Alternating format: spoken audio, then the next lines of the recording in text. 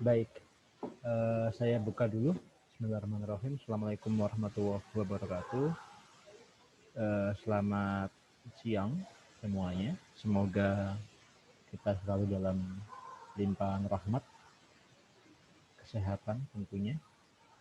Eh, Pada siang hari ini, kita akan melanjutkan materi kita tentang hierarchical clustering. Ya, jadi kalau di pertemuan, bukan kalau di video sebelumnya, itu kita membahas tentang K-means clustering. Kalau Anda sudah menonton video saya yang sebelumnya tentang K-means clustering, harusnya Anda sudah punya bayangan sebenarnya clustering sendiri itu apa. Tapi saya jelaskan sekilas tentang apa sih perbedaan antara klasifikasi dengan klasterisasi. Perbedaan utama antara klasifikasi dengan klasterisasi itu adalah kepada tujuannya. Kalau klasifikasi tujuannya adalah kita ingin mengelompokkan suatu data yang kita tidak tahu dia itu masuk kelompok mana. Maka kita klasifikasikan atau kita kelompokkan data kita supaya data baru ini bisa saya masukkan ke kelas tertentu. Oke. Jadi itu tujuan utamanya. Kalau klasterisasi tujuannya adalah saya itu masih belum punya gambaran sebenarnya data saya ini bercerita tentang apa. Nah, klasterisasi adalah upaya agar saya bisa mengetahui lebih jelas sebenarnya data saya ini bercerita tentang apa sih. Gitu. Saya ambil contoh seperti ini. Saya punya data mahasiswa penggalian data kelas A, gitu ya. Oke. Kemudian saya mau buat kelompok, misalkan kelompok belajar. Ya. Saya buat kelompok belajar itu sebanyak 5 kelompok. Ya, jadi masing-masing dari Anda itu saya kelompokkan menjadi 5 kelompok ini tadi, di mana tiap kelompok sudah saya definisikan. Kelompok pertama itu seharusnya adalah mahasiswa dengan kriteria-kriteria seperti ini. Kelompok kedua kriteria-kriterianya kayak gini. Kelompok ketiga kayak gini dan seterusnya. Misalkan yang saya lihat kriteria-kriterianya adalah nilai absensi misalkan. Kemudian yang kedua adalah pengetahuannya tentang bahasa pemrograman Python, apakah bagus atau tidak.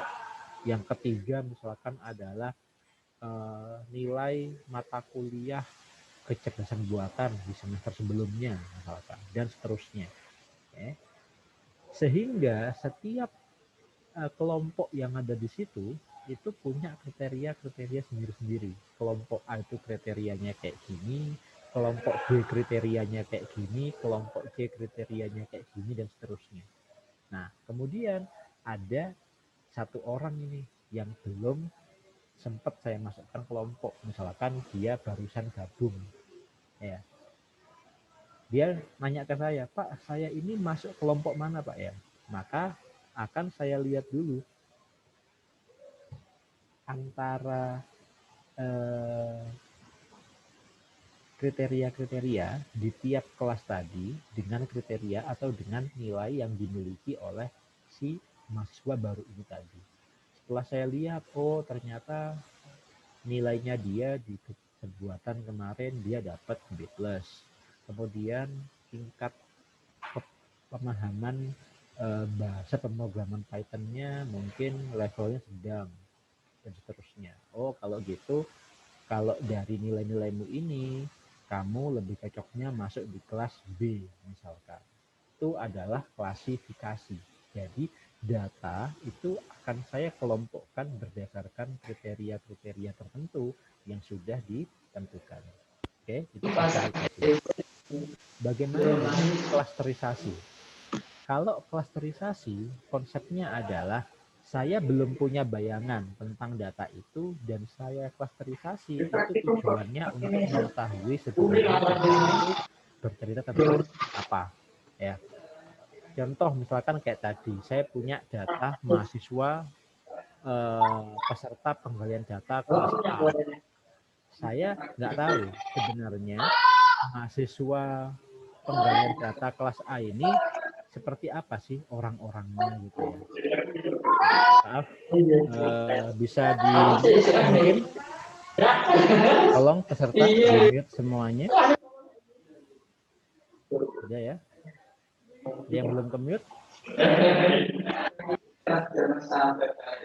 Bentar. Saya cek dulu. Hanif Nur, tolong Hanif Nur di-mute dulu. Hanif.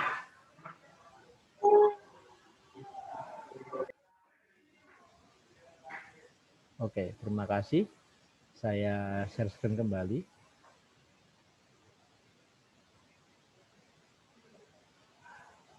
Ya. Jadi sampai mana tadi? Sampai klasifikasi dan klasterisasi ya. Ya, jadi kalau apa namanya?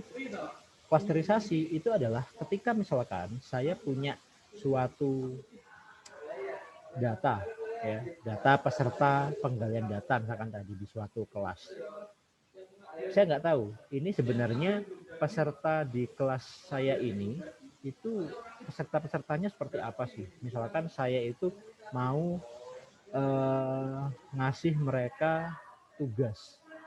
Cuma karena saya belum tahu sebenarnya itu peserta yang ada di kelas ini itu orang-orangnya seperti apa, sehingga tugas-tugas yang saya mau kasih itu juga saya bingung. Itu kira-kira tugasnya mau saya kasihkan untuk ke siapa dan seperti apa format tugasnya. Karena pengennya saya adalah mahasiswa dengan tingkat pengetahuan yang lebih tinggi itu saya kasih apa namanya, saya kasih tugas dengan level yang lebih advance, sedangkan mahasiswa dengan apa namanya kemampuan yang kurang itu saya kasih tugas yang agak sedikit ringan gitu. Nah maka dari itu saya harus tahu dulu ini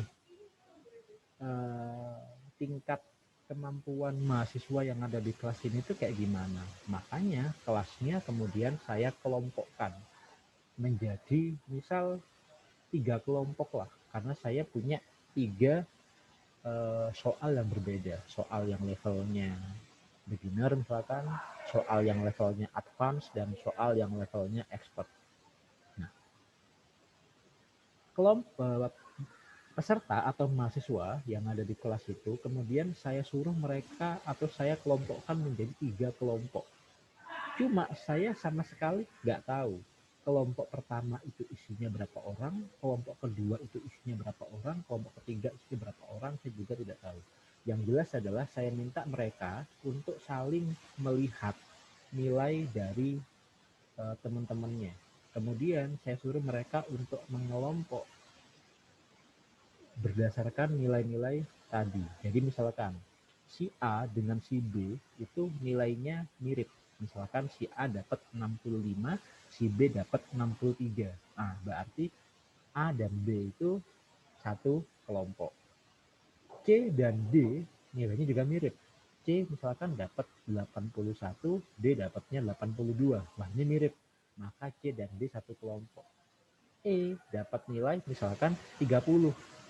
E ini tidak masuk ke kelompoknya A dan B. E juga tidak masuk ke kelompoknya C dan D. Kenapa? Karena dia nilainya terlalu jauh. Nah, berarti E ini nanti akan menjadi kelompok sendiri lagi. Nah, kayak gitu. Jadi, itu adalah konsep klasterisasi. Jadi, saya biarkan mereka mengelompok sesuai dengan kemiripan atau kedekatan antar data dalam dataset tersebut. Ya, itu konsep dari klasterisasi. Ya. Setelah mereka mengelompok, baru saya bisa lihat, oh kelompok pertama itu kumpulan mahasiswa yang nilai rata-ratanya itu ada di angka 62. Kelompok yang kedua adalah mahasiswa yang nilai rata-ratanya ada di angka 87 misalkan. Sedangkan kelompok yang ketiga adalah mahasiswa yang nilai rata-ratanya itu ada di angka 45. Misalkan gitu. Nah, jadi itu bedanya antara klasifikasi dengan klasterisasi. Kalau Anda mengikuti kelas saya di mata kuliah sebelumnya di kecerdasan buatan, sebenarnya ini sempat saya singgung ketika kita membahas tentang supervised learning dan unsupervised learning. Klasifikasi itu masuknya ke dalam supervised learning, ya. Model pembelajaran di mana dia butuh data latih, dia dituntun. Kalau klasterisasi itu masuknya di unsupervised learning, model pembelajaran yang dia tidak dituntun, jadi tidak ada istilahnya data latih dalam klasterisasi. Oke, itu sedikit perbedaan antara apa itu klasifikasi dan klasterisasi. Nanti kalau misalkan masih ada yang kurang jelas, bisa ditanyakan di akhir materi ini. Oke, metode untuk klasterisasi itu ada banyak. Oke, yang kita bahas di video sebelumnya itu adalah apa namanya Cummins ya. Kemudian hari ini kita akan bahas untuk yang hierarchical clustering. Oke. Hierarchical clustering algorithm build a hierarchy of clusters where each node is a cluster consists of the clusters of each cluster nodes. Jadi, hierarchical clustering itu bentuknya adalah semacam kayak dendrogram. Ya. Kalau Anda lihat bentuknya semacam kayak dendrogram. Ini saya ambil contoh, misalkan kalau Anda dulu pernah belajar biologi, misalkan binatang itu dibagi menjadi apa spesies-spesies tertentu. Misalkan ada spesies anjing. Nanti anjing itu ternyata juga ada sub-subnya sendiri gitu ya. Ada yang chihuahua, ada yang bulldog dan seterusnya itu ya, beda-beda. Ya. Jadi konsepnya hierarchical clustering adalah kalau misalkan si A dan si B ini jaraknya dekat atau A dan B ini mirip, maka A dan B itu adalah satu kelompok. Oke. Jika jarak antara kelompok A dan B itu mirip dengan C, maka C itu akan saya kelompokkan ke dalam A dan B. Jika kelompok A, B, C itu mirip dengan kelompok D, E, F, maka A, B, C, dan D, E, F itu saya kelompokkan lagi. Jadi modelnya semacam kayak hierarki seperti itu. Itu konsep hierarchical clustering. Ya, bentuknya seperti ini. Nah, untuk membuat model clustering kayak gini itu ada dua pendekatan. Yang pertama adalah pendekatan aglomeratif, yang kedua pendekatannya divisif. Bedanya apa antara aglomeratif dengan divisif? Kalau aglomeratif itu dari bawah ke atas. Jadi kita akan mengelompokkan tiap dua data, misalkan data B dengan data C itu mirip, maka saya kelompokkan. Nanti data A itu ternyata mirip dengan data B dan data C, maka data A, B, dan C itu saya kelompokkan jadi satu. Data D ternyata itu mirip sama A, B, C, maka data A, B, C, dan D itu saya kelompokkan jadi satu, menjadi satu kelas, dan seterusnya. Itu aglomeratif. Kalau divisif, kebalikannya. Dari atas, jadi dataset itu dianggap sebagai satu kelas yang besar, kemudian dibagi menjadi dua kelas utama, dibagi lagi menjadi 3, 4, 5, dan seterusnya. Itu divisif. Oke. Jadi ada aglomeratif dan ada divisif. Nanti Anda kalau misalkan baca paper kok ada tulisannya aglomeratif hierarchical clustering, itu jangan bingung. Berarti itu konsep klasterisasi dengan model hierarki yang disusun dengan model aglomeratif dari bawah ke atas. Oke. Bagaimana sih cara kerja dari hierarchical clustering? Oke, saya contohkan. Misalkan di sini saya punya data, ya, data 1, 2, 3, 4, dan 5. Oke. Langkah pertama untuk mengklasterisasi data ini dengan menggunakan konsep hierarchical clustering adalah kita hitung dulu jarak dari data satu ke data yang lain. Oke. Data 1 jaraknya berapa dengan data 2? Data 1 jaraknya berapa dengan data 3? Data 1 ke data 4, 1 ke 5. Berikutnya saya hitung lagi data 2 ke data 5, data 2 ke data 4, data 2 ke data 3, dan seterusnya. Sampai kita mendapatkan bentuk seperti ini. Artinya kita sudah bisa mendapatkan jarak antar satu data dengan data yang lain dalam dataset tersebut. Oke. Setelah itu, kita lihat data yang memiliki jarak paling dekat. Kalau Anda lihat di sini, mana sih pasangan data yang memiliki jarak paling dekat? Kan ini ya, data 3 dengan data 4. Itu kan yang jaraknya paling pendek ya.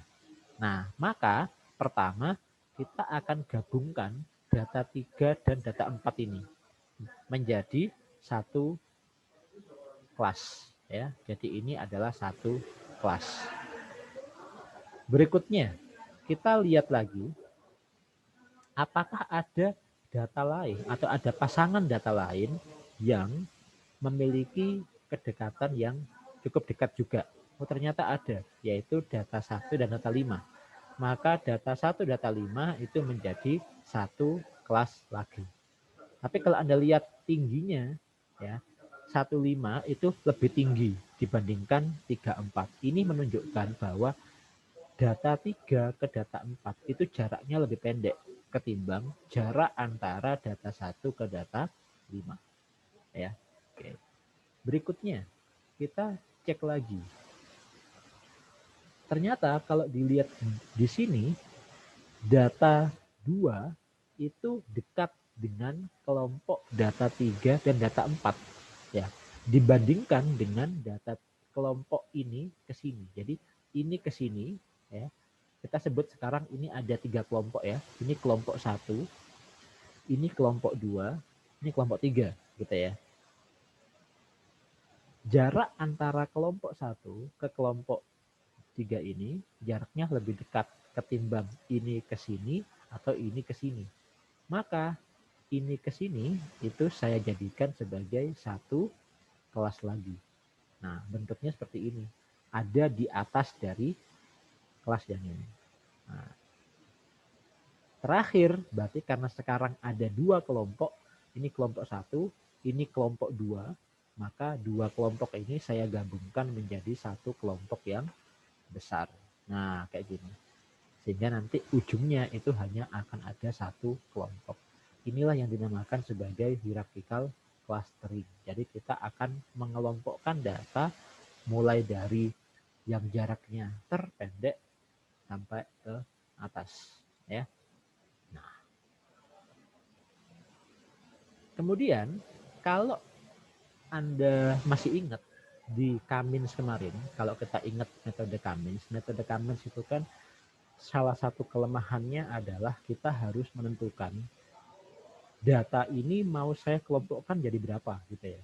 Apakah 2, apakah 3, apakah 4, apakah yang lain. Nah, perbedaan dalam menentukan jumlah kelompok ini akan mengakibatkan apa namanya perbedaan hasil. Sebagai contoh, misalkan saya pakai Kamins ya. Misalkan di Kamins itu saya mau mengelompokkan dataset menjadi 2 kelompok. Nah, ketika saya mengelompokkan data saya menjadi 2 kelompok, data A dengan data B mungkin ada di satu kelompok yang sama. Tapi kalau misalkan di Kamins saya ingin mengelompokkan dataset saya menjadi 3 kelompok, bisa jadi data A dan data B itu sudah tidak lagi satu kelompok. Atau di Kamins itu juga salah satu kelemahannya adalah ketika Kamins itu kita running beberapa kali, bisa jadi anggota dari tiap kelasnya itu bisa beda-beda, ya kan? Misalkan ketika kita running pertama, data A itu masuknya di cluster 1. Kita running lagi yang kedua, bisa jadi data A itu masuk di cluster 2 dan seterusnya. Itu kalau Kamins. Nah, kalau hierarchical clustering tidak, kita tidak perlu menentukan mau di klaster jadi berapa? Karena kita bisa dengan mudah mengetahui ini kalau misalkan saya klaster jadi 2, kira-kira dapatnya kelompok yang mana?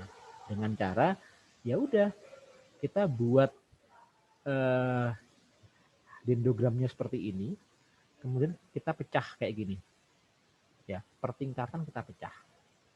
Artinya, kalau dataset saya itu mau saya pisahkan menjadi 2 kelompok besar atau 2 klaster, maka saya akan mendapatkan ini kelompok 1, ini kelompok 2, ya kan? Kelompok 1 isinya data 1, data 5, kelompok 2 isinya data 2, 3, 4. Kalau saya mau mengelompokkan data saya menjadi 3 klaster, maka saya akan mendapat 3 kelompok. Kelompok 1 isinya data 1 dan 5, kelompok 2 isinya data 2, kelompok 3 isinya data 3 dan 4. Kalau saya mau mengelompokkan data saya menjadi 4 kelompok, maka saya akan mendapatkan 4 kelompok. Kelompok pertama isinya data 1, kelompok kedua isinya data 5, kelompok ketiga isinya data 2, dan kelompok keempat isinya data 3 dan 4. Ya. Kalau klasternya sama dengan 5, ya semuanya menjadi kelompok yang sendiri-sendiri. Itu perbedaan yang paling utama antara K-mean sama hierarchical clustering. Kita mau running ini berapa kali pun, dendrogram yang dihasilkan akan selalu sama. Nggak mungkin berubah. Jadi kalau misalkan di situ data 3 dengan data 4 itu satu klaster, ya mau kita running berapa kali pun tetap data 3 dan data 4 itu masuknya di satu klaster yang sama. Oke. Sekarang kita coba masuk ke contoh kasus ya. Di sini saya punya 5 data ya dengan ada 2 fitur, fitur X dan fitur Y. Tidak ada target di sini. Kenapa? Karena ini klasterisasi. Kalau klasifikasi ada kolom target, tapi kalau klasterisasi tidak ada kolom target. Ya, karena dianggap semuanya itu fitur, nggak ada ini atribut, ini target, itu nggak ada kalau di klasterisasi. Kalau di klasifikasi kemarin kan ada ya, ini adalah atribut, oh ini kolom target gitu. Kalau di klasterisasi tidak, semuanya diasumsikan sebagai fitur. Oke. Di sini ada 2 fitur, fitur X dan fitur Y. Oke. Berikutnya sama seperti yang tadi, kita hitung jaraknya. Jarak antara data 1 ke data 2, jarak data 1 ke data 3, dan seterusnya. Nah, di sini kebetulan saya menggunakan rumus jarak yang paling sederhana, yaitu Manhattan Distance. Oke, Manhattan Distance cara kerjanya itu kayak gini. Misalkan saya ingin menghitung jarak antara data 1 dengan data 2, gitu ya. Maka saya akan mengurangi nilai di tiap fiturnya. Jadi fitur X di data 1 saya kurangi dengan fitur X di data 2. Berarti 1 dikurangi 4. Berapa? Minus 3 kan? Karena ini ada garis mutlak, jadi Manhattan Distance itu dia pakai garis mutlak. Karena garis mutlak jadinya adalah 3 kan? Kemudian nilai dari fitur Y di data 1 saya kurangi dengan nilai di fitur Y di data 2. Berarti 1 dikurangi 1. 0. Berarti 3 ditambah 0 sama dengan 3. Itu cara untuk menghitung nilai Manhattan Distance. Dengan cara seperti ini, kita bisa mendapatkan jarak antara setiap data yang ada di dataset ini. Oke. Setelah saya susun dalam matriks jarak kayak gini, ya. Jadi ini jarak antara data 1 ke data 2 itu 3. Data 1 ke data 3 itu 1. Data 1 ke data 4 itu 5 dan seterusnya. Kalau kita lihat di sini, maka yang jaraknya paling pendek itu mana? Data 3 dengan data 1 ya. Karena nilainya 1. Kalau 0 ini Pak, 0 ini kan artinya data itu dengan data itu sendiri gitu ya. Misalkan data 1 dengan data 1 ya 0 gitu kan. Tapi kalau data itu dengan data yang lain, yang paling pendek jaraknya ya ini. Ya. Karena yang paling pendek jaraknya itu adalah 1, maka sekarang kita asumsikan kita punya satu kelompok. satu kelompok baru, di mana kelompok baru ini isinya adalah data ke-1 dengan data ke-3. Nah, sekarang kita hitung jarak antara kelompok baru tadi dengan data-data yang lain.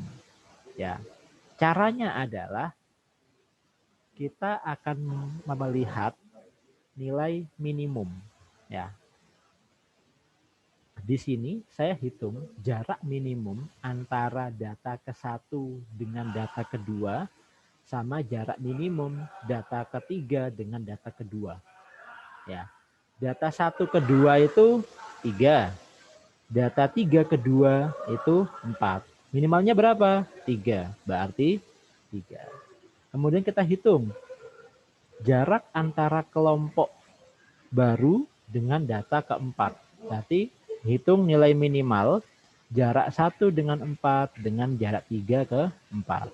Ketemu nilai 4 dan seterusnya. Oke. Berikutnya kita susun seperti ini. Ya. Jadi dari yang tadinya seperti ini menjadi bentuk seperti ini. Yang data 1 dengan data 3 itu saya kelompokkan. Ya. Jarak antara data baru atau kelompok baru dengan data kedua itu 3 sesuai dengan yang ada di sini. Jarak antara kelompok baru dengan data keempat itu 4 sesuai dengan data yang ada di sini. Jarak antara kelompok baru dengan data 5 itu 6. Nah, kita cek lagi mana yang nilainya paling minimal, ternyata ini ya, 2. Jadi data keempat dengan data kelima itu harus saya kelompokkan. Maka dengan cara yang sama seperti yang tadi saya kelompokkan sehingga nanti akan menjadi bentuk seperti ini. Jadi ini kelompok yang baru lagi. Saya sebut saja ini kelompok 45, ini kelompok 13. Next, tinggal saya hitung jarak antara kelompok 45 dengan kelompok 13, kelompok 45 dengan data 2. Gimana Pak caranya menghitung nilai dari kelompok 45 ke kelompok 13? Saya pasangkan kombinasinya. Jadi saya hitung nilai minimal dari jarak 4 ke 1, 4 ke 3, 5 ke 1, dan 5 ke 3. Hitung nilai minimalnya. Didapatkan nilai 4. Maka nilai 4 itu yang dipakai. Oke, itu untuk menghitung jaraknya. Dari sini bisa dilihat ternyata yang paling minimal adalah nilai 3 yang merupakan jarak antara kelompok 13 dengan data 2. Maka nanti data 2 itu akan saya masukkan ke kelompok 13. Sehingga sekarang saya punya kelompok 132. Yang terakhir tinggal saya hitung jaraknya kelompok 132 dengan kelompok 45.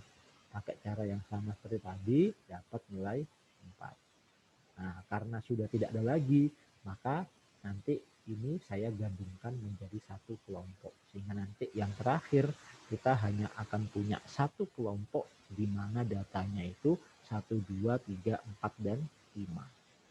Kayak gitu. Nah, maka setelah saya buat bentuk dendrogramnya, bentuknya seperti ini. Yang pertama adalah data 1 dan 3, berikutnya data 4 dan 5, berikutnya data 2 saya gabungkan dengan kelompok 1, 3, dan yang terakhir kelompok 1, 2, 3 saya gabungkan dengan kelompok 4, 5. Ini adalah konsep hierarchical clustering. Oke.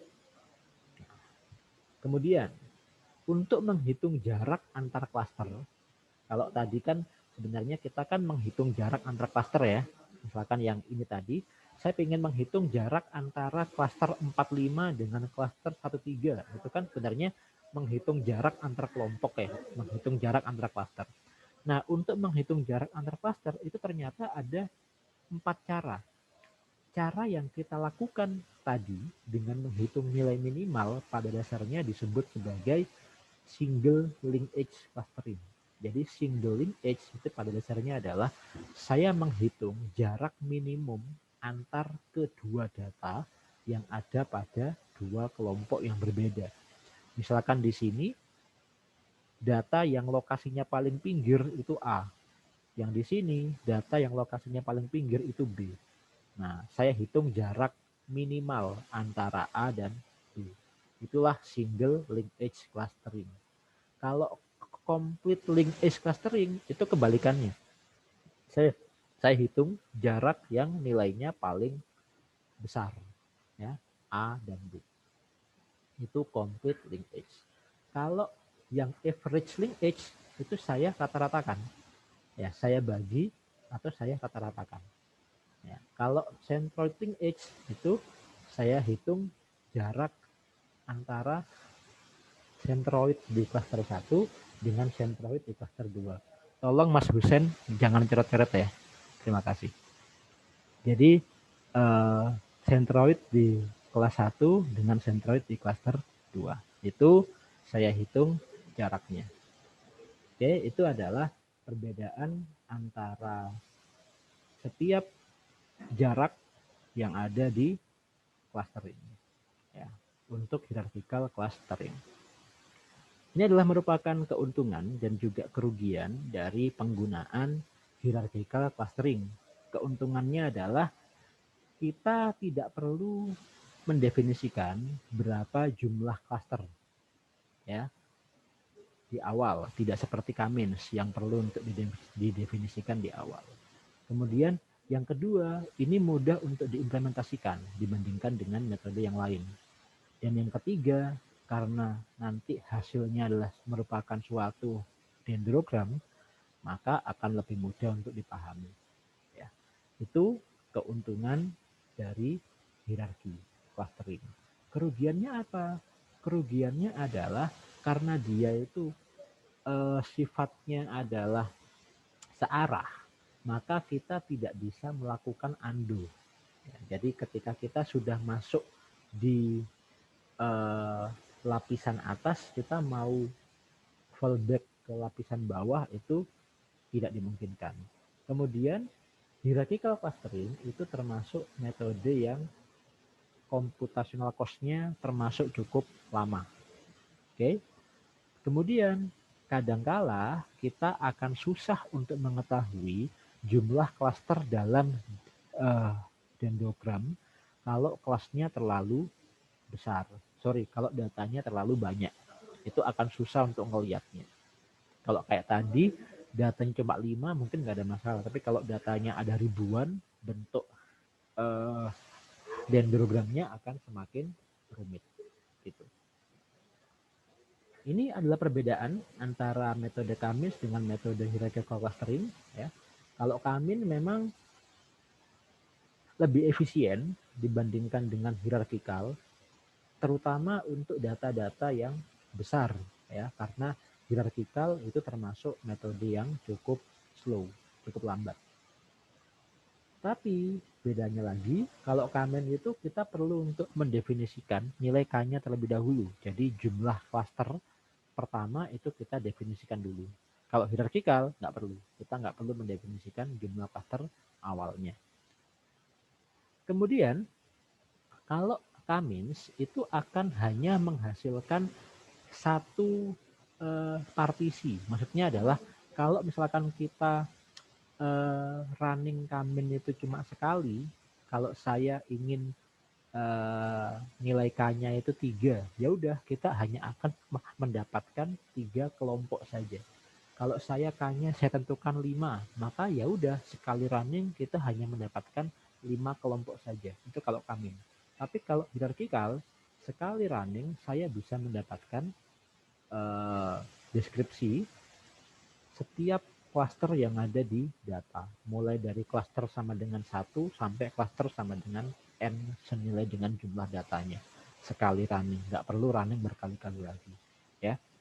Nah, kemudian bedanya lagi kalau Kamin, tadi sudah saya singgung, dia akan biasanya berbeda.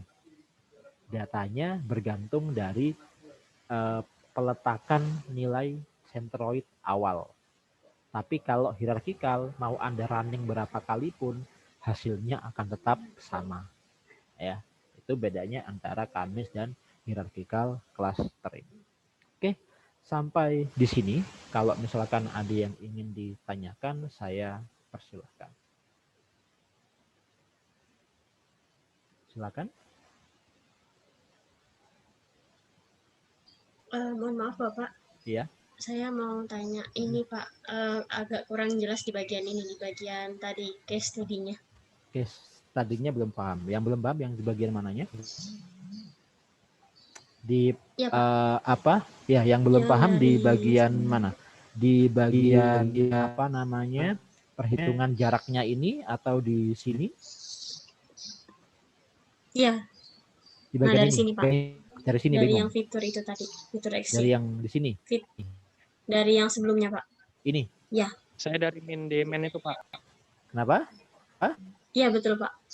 Ya. Ya, jadi ini pada dasarnya adalah contoh data. Jadi misalkan saya punya 5 buah data. Data saya itu punya 2 fitur. Fitur Y. Anggap aja gini lah. Ini data mahasiswa. Kemudian ini merupakan nilai UTS, nilai UAS dalam satuan puluh gitu ya. Misalkan nilai UTS-nya 10, UAS-nya 10. Nilai UTS-nya 50, UAS-nya 40, anggap aja gitu ya. Jadi ini data mahasiswa, anggap aja gitu. Di mana ada 2 fitur. Cuma di sini saya sebut ini fitur X, ini fitur Y. Nah, dalam teknik hierarchical clustering, kita kan harus mencari jarak. Jarak antara data 1 dengan data 2 itu berapa? Jarak antara data 1 dengan data 3 itu jaraknya berapa? Mengapa kita perlu untuk mencari jarak? Karena konsep clustering itu kan nyari teman.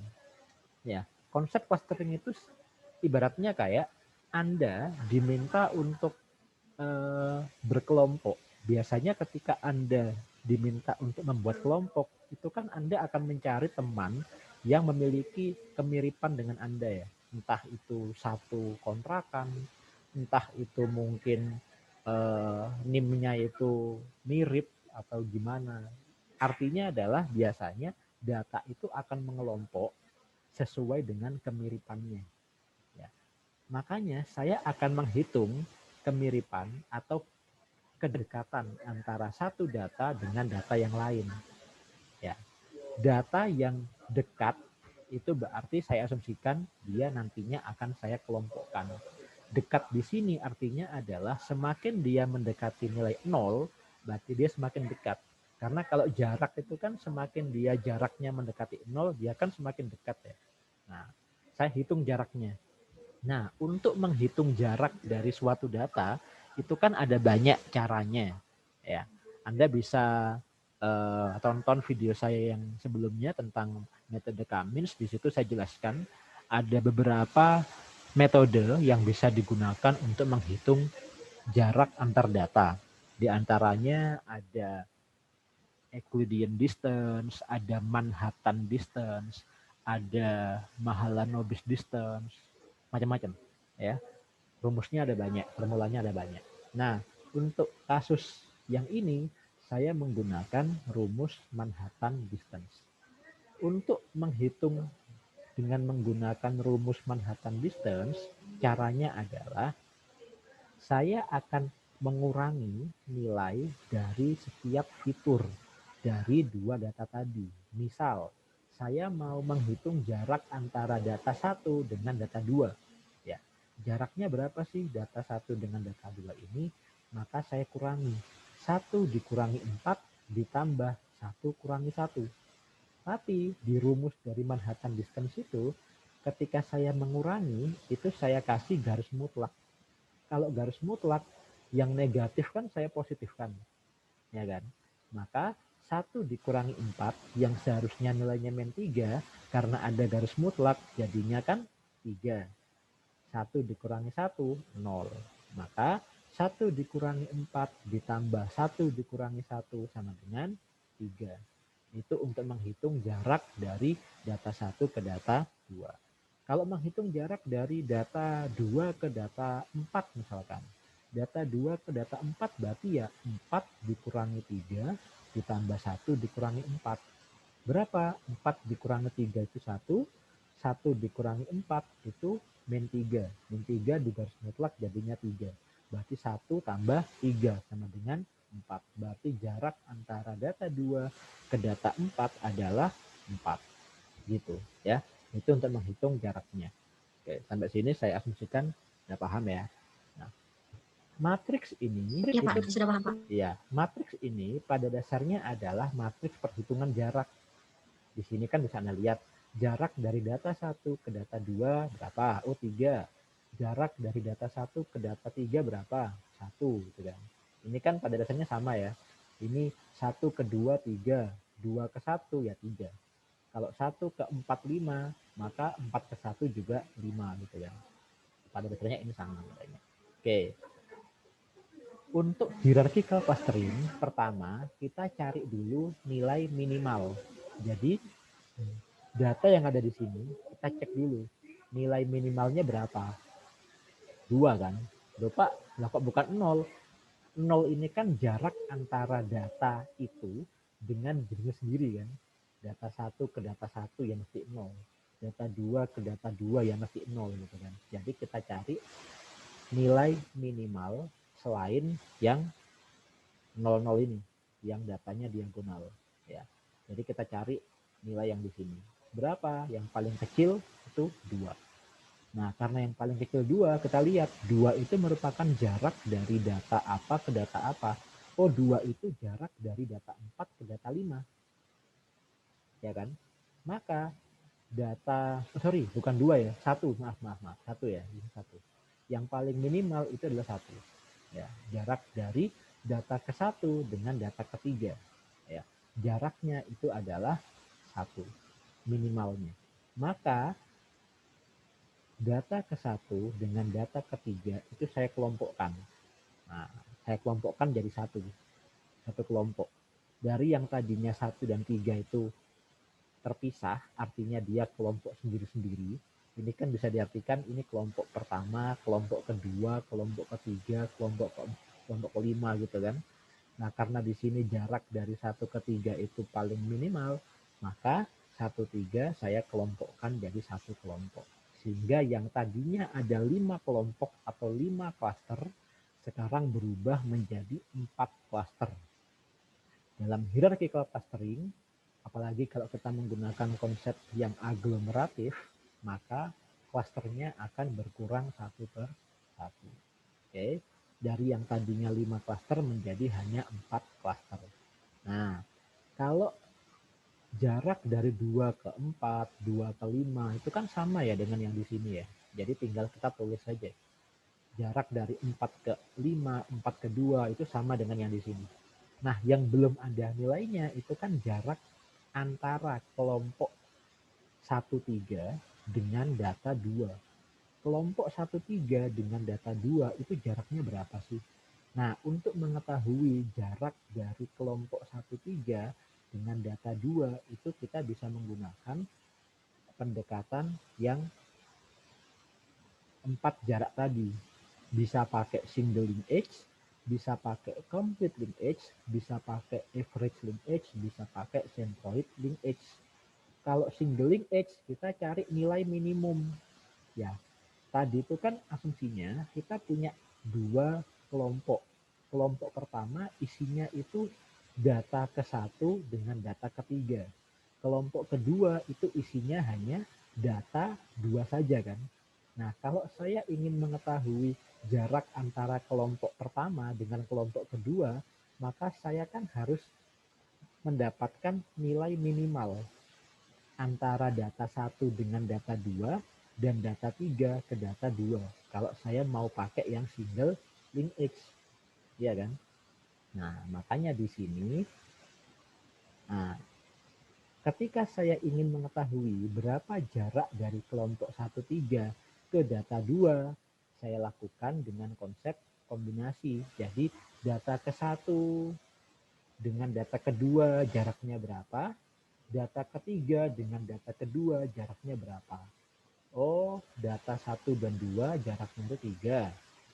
Data 3 kedua jaraknya 4. Cari yang paling minimal, maka ketemu nilai 3. Ya, untuk yang bawahnya sama, caranya seperti itu. Sampai sini udah paham? Atau masih bingung? Ya Pak, sudah paham. Sudah paham. Paham ya? Oke. Kalau yang di Ya, sini, sudah Pak. ya, yang di sini konsepnya sebenarnya sama. Cuma karena di sini ada dua kelompok yang isinya datanya itu berbeda. Di sini kelompok pertama isinya 45, di sini kelompok kedua isinya 13. Ya kan tinggal kita combine. Jadi jarak data keempat dengan data ke satu berapa? Jarak data keempat dengan data ketiga berapa? Jarak data kelima ke data ke satu berapa? Jarak data kelima ke data ketiga berapa? Kita cari nilai minimalnya. Ketemu yang paling minimal itu jarak antara data keempat dengan data ketiga, yaitu 4. Maka jarak dari kelompok 45 ke kelompok 13 itu jaraknya 4 gitu. Itu karena kita menggunakan konsep single linkage clustering. Kalau saya pakai complete linkage, maka yang saya cari adalah nilai yang paling maksimal. Ininya diganti menjadi max gitu. Itu kalau saya pakai complete linkage. Kalau saya pakai yang average linkage, maka nanti di sini diganti bukan min tapi average. Average-nya berapa? Gitu. Oke, kalau saya menggunakan ini centroid linkage, maka saya akan mencari nilai rata-rata dulu. Jadi rata-rata dari data keempat dengan data kelima menghasilkan centroid 1, rata-rata data ke-1 dengan data ketiga menghasilkan centroid 2. Saya hitung jarak antara centroid 1 dengan centroid 2. Itulah jarak dari kelompok ini ke kelompok ini. Itu kalau saya pakai centroid linkage. Gitu. Masih bingung atau sudah jelas? Insya Allah sudah jelas Pak. Oke. Berarti ini pengelompokannya bisa beda-beda Pak ya? Maksudnya Hasil pengelompokannya. Mengapa Misalnya kok kan beda-beda? pakai single linkage. Oh, betul. Nah, Ya. itu ada kemungkinan atau enggak, Pak? Jadi kan pakai single, pakai complete, average sama centroid gitu, Pak. Oke, baik. Pertanyaan yang bagus. Untuk yang di sini, apakah ada kemungkinan hasil clusteringnya bisa beda, Pak? Ada. Ya, ada. Terutama kalau ada data yang sifatnya outlier. Ya, misalkan saya punya data kelompok A dan kelompok B gitu ya. Ternyata di kelompok A itu ada satu data yang posisinya di ujung sebelah sini. Misalkan, itu jadi di kelompok A itu seperti ini. Bentuk bentuk lingkarannya. Ya. Jadi data di kelompok A itu ada yang posisinya itu di ujung sini. Nah, kalau saya pakai single linkage, maka kan yang saya lihat hanya data A dan B kan. Tapi kalau saya pakai complete linkage, yang saya cek adalah data yang di ujung sini, yang outlier tadi, dengan yang di ujung sini. Jaraknya jauh banget itu.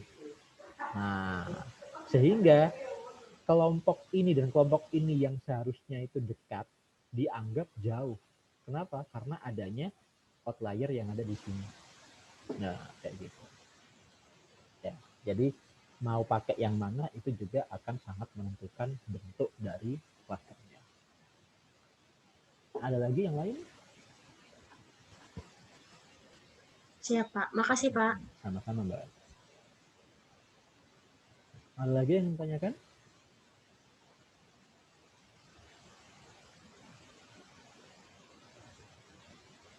Cukup? Pak, saya tanya lagi. Iya, silakan. Ya, jadi misalnya kayak yang tadi yang pakai komplit itu kan Pak, misalnya ada data outlier. Nah itu nggak masalah berarti Pak ya? Maksudnya nggak masalah? Itu apa namanya pengelompokannya nggak masalah sama hasil akhirnya nanti gitu Pak? Hasil akhirnya bisa jadi akan berbeda dengan yang single linkage. Untuk yang bisa jadi berbeda. Makanya kalau misalkan ada yang data yang outlier seperti itu, tapi kalau untuk hierarchical clustering ini sebenarnya data yang outlier itu nantinya tidak akan masuk ke kelompok ke kelompok yang utama sih. Dia nantinya akan ada di klaster paling ujung. Jadi kalau misalkan diasumsikan kalau misalkan ada data yang outlier, nanti itu biasanya dia akan ada di posisi terakhir di sini. Nah, jadi kalau misalkan ternyata ada data ke-6 gitu ya, di mana data ke-6 ini dia sifatnya outlier. Maka biasanya data yang ke-6 ini itu akan di klaster paling akhir. Nah, jadi kalau misalkan ditanya apakah hierarchical clustering ini mampu untuk menangani data yang outlier, dia lebih baik penanganannya ketimbang K-means. Gitu. Dibandingkan dengan K-means, dia akan lebih baik penanganannya karena dia akan di cluster di bagian paling akhir dari hierarchical clustering ini. Sudah? Cukup ya? Baik. Kalau tidak ada lagi cukup, yang Pak. ingin Terima ditanyakan, kasih, Pak. saya cukupkan untuk pertemuan kali ini. Terima kasih atas perhatiannya dan Assalamualaikum warahmatullahi wabarakatuh.